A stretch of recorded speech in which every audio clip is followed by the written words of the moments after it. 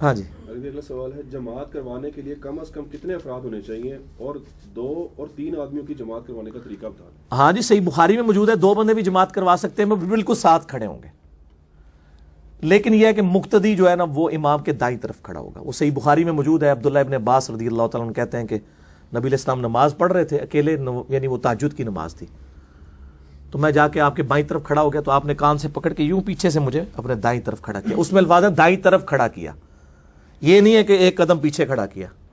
وہ کہتے ہیں امام ایک قدم آگے، امام ویسے ہی آگے ہے، کیونکہ آپ جب دائیں طرف جو کھڑا ہوتا ہے وہ مقتدی ہوتا ہے، بائیں طرف امام ہوتا ہے، وہ آگے ہی ہے، وہ لیڈ ہی کر رہا ہے.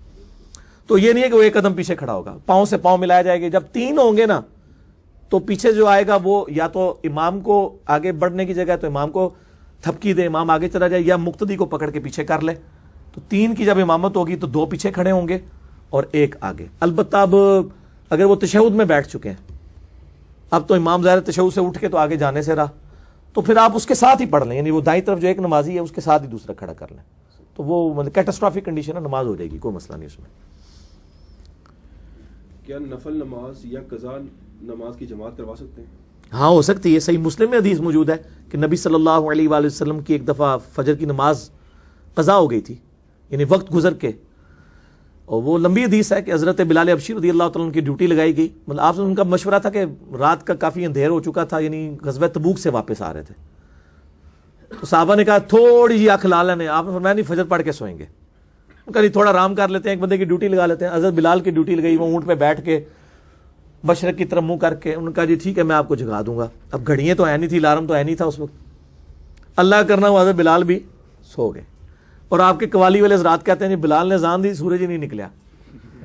اتنے جو بلال نے ڈیوٹی لگی ہے، سورج کے نکلا، آپ بھی سو گئے. سورج نکلا تو صحیح مسلم میں آتا ہے، مشکات میں موجود ہے، نبی علیہ السلام کی آنکھ کھلی، پھر حضرت عمر اٹھے، باقی اصحاب اٹھے. صحابہ بڑے پریشان ہوئے. آپ فرمایا کوئی مسئلہ نہیں ہے، جب کچھ سو جائے یا بھول جائے، جب یاد آئے اسی وقت نماز پڑھ لے. آپ فرمایا اذان دو. سورج نکلا ہوا ہے، فجر کی اذان دی گئی اشراق کے وقت میں، اور کافی بلند تھا، مسلم کے الفاظ ہیں. آپ نے جماعت کے ساتھ نماز پڑھائی، تو فرض نماز آپ نے جو وقت گزر کے تھی وہ جماعت کے ساتھ پڑھائی. اس سے پتہ چلا کہ فرض نماز اگر وقت گزر کے بھی پڑھ جائے کسی مجبوری کی وجہ سے، جماعت کروائی جا سکتی. نفل کی بھی کروائی جا سکتی، لیکن اعلانیہ نہ ہو. بخاری مسلم میں کتنی حدیثیں ہیں کہ نبی علیہ السلام کسی صحابی کے گھر گئے ہیں، تو اس نے کہا وسلم آپ اس جگہ پہ نماز پڑھ دینا تو میں اس کو بیت مسجد بنا لوں گا. پھر آپ نے وہاں نماز پڑھائی، پیچھے گھر والوں کو کھڑا کیا، نفل کی جماعت کروائی. نفل کی جماعت کے ہم کوئی منکر نہیں ہے، تراویح نفلی جماعت ہے، ہم قائل ہیں. لیکن صلاۃ و تسبیح کے پوسٹر لگانا اور گلی محلوں میں، یعنی اس کو فرض نماز کی طرح پریزنٹ کرنا، اس چیز کو ہم سمجھتے ہیں. ویسے عام طور پہ ہم لوگ اگلے دن لاہور گئے تھے، فرحان بھائی عثمان بھائی میرے ساتھ تھے، تو اشراق کے لیے ہم راستے میں رکے، وضو کیا تو میں نے جماعت سے نماز پڑھائی، اور جہرن پڑھائی، سرن پڑھائی، جہرن پڑھائی تھی، جہرن پڑھائی تھی. تو سرن بھی پڑھائی جا سکتی ہے. دن کی اوقات کی نمازیں سرن بھی ہو سکتی ہیں. جہرن جمعے کی نماز جہرن ہوئی ہے، اور عید کی نماز دن کی نمازوں میں سے جہرن ہے. تو ہم نے اشراق کی نماز، مجھے یاد آ گیا، جہرن ہی پڑھائی میں نے، اور نفل کی جماعت کروا لی ہم نے. اشراق کی بھی، نفل کی بھی جماعت ہو سکتی ہے، فرض کی بھی وقت گزر کے بھی ہو سکتی ہے، کوئی مسئلہ نہیں. علی بھائی اکثر مساجد کے اندر امام مقرر نہیں ہوتے ہیں، اور ایک بندہ وہاں پہ نماز پڑھ رہا ہے، وہ فرض ہے، سنت ہے، نفل ہے، کچھ پتہ نہیں ہے، پیچھے سے بندہ آ کے اس کو تبکی دیتا ہے اور اس کے ساتھ کھڑا ہو جاتا ہے. تو اس صورت میں کیا یہ طریقہ سنت سے ثابت ہے یا نہیں؟ یہ کیا یہ دیکھیں سوال بہت زیادہ پوچھا جاتا ہے. یہ عرب ملکوں کے اندر بہت زیادہ مسئلہ ہے کہ وہ انہوں نے تماشا بنایا ہوا ہے اس چیز کو، اور اس کا نقصان یہ ہو رہا ہے کہ وہ فرض نماز کی جو اوریجنل جماعت ہے نا، اس کو انہوں نے اتنا ہلکا جان لیا ہے کہ انہوں نے ٹیلر میڈ کر لیا جماعت کو. پڑھے رہتے ہیں، بیٹھے رہتے ہیں، جا کے پڑھ لیں گے، کسی کو بھی تھپکی دیے گا. ایک چیز جواز کی حد تک تھا، آپ نے اس کو کیا سے کیا بنا دیا. تو میں اس کو ماڈرن دور کی بدعتوں میں سے ایک بدعت سمجھتا ہوں، جو لوگوں نے اس معاملے کی روٹین بنا لی ہے کہ وہ مین جماعت کو چھوڑ کے جان بوجھ کے لیٹ جا کے تو دوبارہ جماعت کراتے ہیں. کبھی کبھار کو رہ جائے ٹھیک ہے. جامع ترمذی میں حدیث موجود ہے، نبی علیہ السلام بیٹھے ہوئے تھے، ایک صحابی لیٹ آئے، ان کی جماعت رہ گئی. آپ فرمایا کون ہے جو ہمارے اپنے بھائی کے لیے قربانی کرے؟ حضرت ابوبکر نے کہا یا رسول اللہ میں کرتا ہوں. اس نے جماعت کرائی، حضرت ابوبکر نے اس کے پیچھے نفل نیت کیے تاکہ اسے جماعت کا ثواب مل جائے. جواز ہے. یہ جو دیوبندیوں نے ڈکوسلا اس حوالے سے کیا ہے اور لوگوں کو مارا پیٹا ہے، کئی لوگوں کو ہمارے بھائیوں کے ساتھ بھی یہ معاملہ ہوا ہے, دوسری جماعت نہیں کروانے دیتے, حالانکہ دوسری طرف بریلوی ہیں وہ بھی حنفی ہیں, وہ کہتے ہیں دوسری جماعت ہو سکتی ہے, اور تیسری طرف جو بندی ہیں رائے ونڈ والے تبلیغی جماعت والے, وہاں جماعتوں میں جماعتیں ہوتی رہتی ہیں, وہ قائل ہیں اس چیز کے. لیکن پارشلی مسئلہ درست ہے کہ ہلکا نہ جانا جائے. میں یعنی ایک I-10 میں ایک اہل حدیث مسجد کے پاس 2 سال تک رہا, ایک کرائے کے مکان میں, اس وقت اپنا گھر نہیں تھا, تو وہاں میں نے دیکھا کچھ لوگوں نے روٹین بنائی ہوئی تھی اہل حدیث کی مسجد میں, اہل حدیث ہی تھے, وہ روزانہ ہی لیٹ آتے تھے اور پھر اپنی لدہ جماعت کراتے تھے. تو وہ روٹین اس طرح کی بنا لینا, یہ یعنی مین جماعت کو ہلکا جاننا, یہ تو غلط ہے. ہاں اگر کبھی کبھار ہو جاتا ہے جماعت ضرور کروائیں. باقی یہ جو ہے نا کہ کوئی نفل پڑھ رہا ہے, سنتے پڑھ رہا ہے, تھپکی دے کے بیٹھ جانا, یہ جواز کی حد تک, یہ تھپکی اتنی ہی ہے جو بخاری مسلم میں حدیث ہے کہ نبی علیہ السلام تہجد کی نماز پڑھ رہے تھے, تو اکیلے پڑھ رہے تھے. حضرت عبداللہ ابن عباس آ کے پیچھے انہوں نے نماز الٹی طرف نیت کر لی, بائیں طرف, تو آپ نے ان کو کان سے پکڑ کے دائیں طرف کھڑا کر لیا, یعنی وہ آپ صلی اللہ علیہ وسلم کے بعد آپ کے پیچھے شامل ہوئے. یہ ایک حدیث ہے جس کا جواز لیا گیا. دوسری حدیث بخاری مسلم کی وہ ہے کہ معاذ ابن جبل کہتے ہیں کہ میں نبی علیہ السلام کے پیچھے عشاء کی نماز پڑھتا تھا, اس کے بعد میں اپنی قوم میں جا کے عشاء کی امامت کرتا تھا. حالانکہ انہوں نے پڑھی ہوتی تھی عشاء, دوبارہ جا کے نفل پڑھ رہے ہوتے تھے خود نفلی. اسی کے بعد امام بخاری نے باب باندھا ہے کہ متنفل کے پیچھے فرض والے کی بھی نماز ہو جاتی ہے. جماعت قائم کرنے میں ضروری نہیں ہے کہ امام اور مقتدی کی نیت ایک ہو, یعنی یہ ہو سکتا ہے کہ امام جو ہے نفل پڑھا رہا ہے, مقتدی جو ہے وہ پیچھے فرض پڑھ رہا ہے. تو لیکن یہ پھر تماشا نہ بن جائے, جس طرح ہمارے یہاں پہ تراویح میں روزانہ لوگ لیٹ ہوتے ہیں, پھر تراویحوں میں جا کے عشاء کی نیت کر رہے ہوتے ہیں. جواز کی حد تک اس کو تماشا تو نہ بنایا جائے, تو ہو جاتا ہے. لیکن یہ جو کچھ ہوا ہے نا, وہ تھپکی دے کے پیچھے, وہ ان 2 حدیثوں کو جوڑ کے ایک اجتہاداً مسئلہ نکالا ہوا ہے. باقی جو اس وقت عرب ملکوں میں تماشا بن چکا ہے, سعودیہ کے اندر اور کویت کے اندر اور دبئی کے اندر, کہ لوگ مین جماعت کو انہوں نے کہا ٹھیک ہے مین جماعت ہوتی جدھر مرضی جائے, اسی جا کے اپنی جماعت کرا لیں گے, یا جو پڑھ رہے گا پیچھے تھپکی دے کے کھڑے ہو جائیں گے. یہ اس وقت پریکٹیکلی تقریباً بدعت کی شکل اختیار کر چکی ہے, کیونکہ اس نے اوریجنل دین کو جو ہے نا وہ اپنی حالت سے ہٹا دیا ہے اور لوگوں نے تماشا بنا لیا ہوا ہے. تو جواز کی حد تک ہے, کبھی کبھار ہو جائے ضرور کریں. اور وہ کوئی بیچارہ پاکستانی ہے, اس کو تو پتہ بھی نہیں ہوتا ان مسئلوں کا, یہ صرف جواز تھا. اور یہ قیاساً اور اجتہاداً مسئلہ ہے, یہ قرآن سنت اجماع کا مسئلہ نہیں ہے, قیاسی مسئلہ ہے جس کو اتنا بڑا بڑھا دیا گیا ہے کہ وہ عرب ملکوں میں یہ تماشا ہی بن گیا ہوا ہے. ٹھیک ہو گیا علی بھائی, اسی میں فرض کی نیت بھی تبدیل ہو سکتی ہے. جس طرح آج ہم نے ظہرین پڑھی ہے, تو کیا جب ہم عصر پڑھ رہے تھے تو کوئی پیچھے سے آ کے اپنی ظہر کی نماز, ہاں پڑھ سکتا ہے.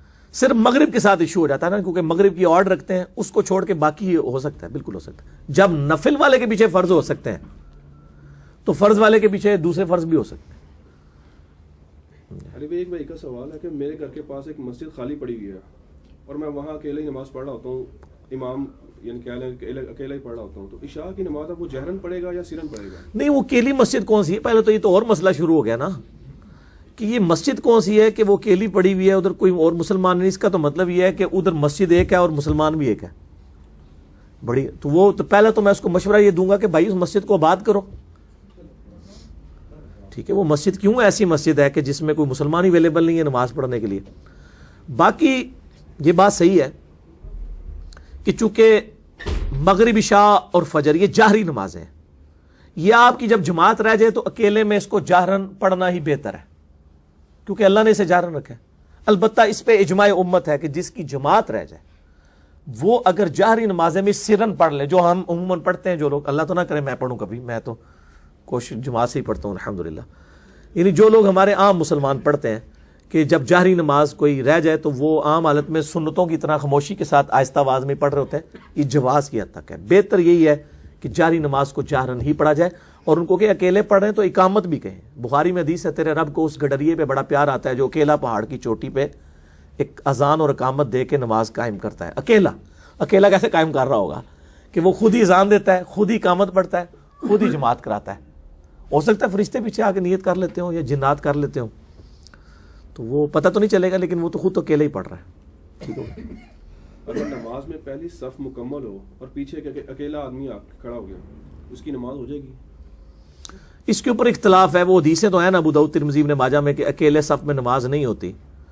بعض لوگ وہ کہتے ہیں کہ کیٹاسٹرافیکلی ہو جاتی ہے. میرا موقف یہ ہے کیٹاسٹرافیکلی اگر ہو جاتی ہوتی تو پھر تو اس مسئلے کی ضرورت ہی کوئی نہیں تھی, یہ ہوتے ہی کیٹاسٹرافک ہے. تو اس میں بہتر یہ کہ آگے میں سے کسی کو نہ ایسے تھپکی دے کے پیچھے کر لیا جائے جس کو مسئلہ معلوم ہو, یا انتظار کر لیں, کو وضو کر رہا ہوتا ہے تو وہ آپ اس کے ساتھ شامل ہو جائیں. اکیلے نماز یعنی وہ آگے سے اپنے ساتھ کسی کو ملا لیں. اگر بیچ میں سے نکالنے والا ایشو آ جاتا ہے, اگر کوئی نہیں نمازی آ رہا تو پھر اس سائڈ سے نکالیں پیچھے اگلی صف. سب سے بہتر یہ ہے کہ جو بالکل آپ سینٹر میں آگے کھڑے ہوئے امام کے ساتھ جو کھڑا ہوا ہے نا, اس کو تھپکی دے کے پیچھے کر لیں, پھر باقی جو ہے اپنی صف کو مکمل کر لیں. پیچھے سے لائیں گے تو اتنی دور سے لانا پڑے گا نا. اور یہ بھی حدیث ہے بخاری مسلم میں کہ میرے پیچھے جو اہل علم ہے وہ کھڑے ہوا کرو.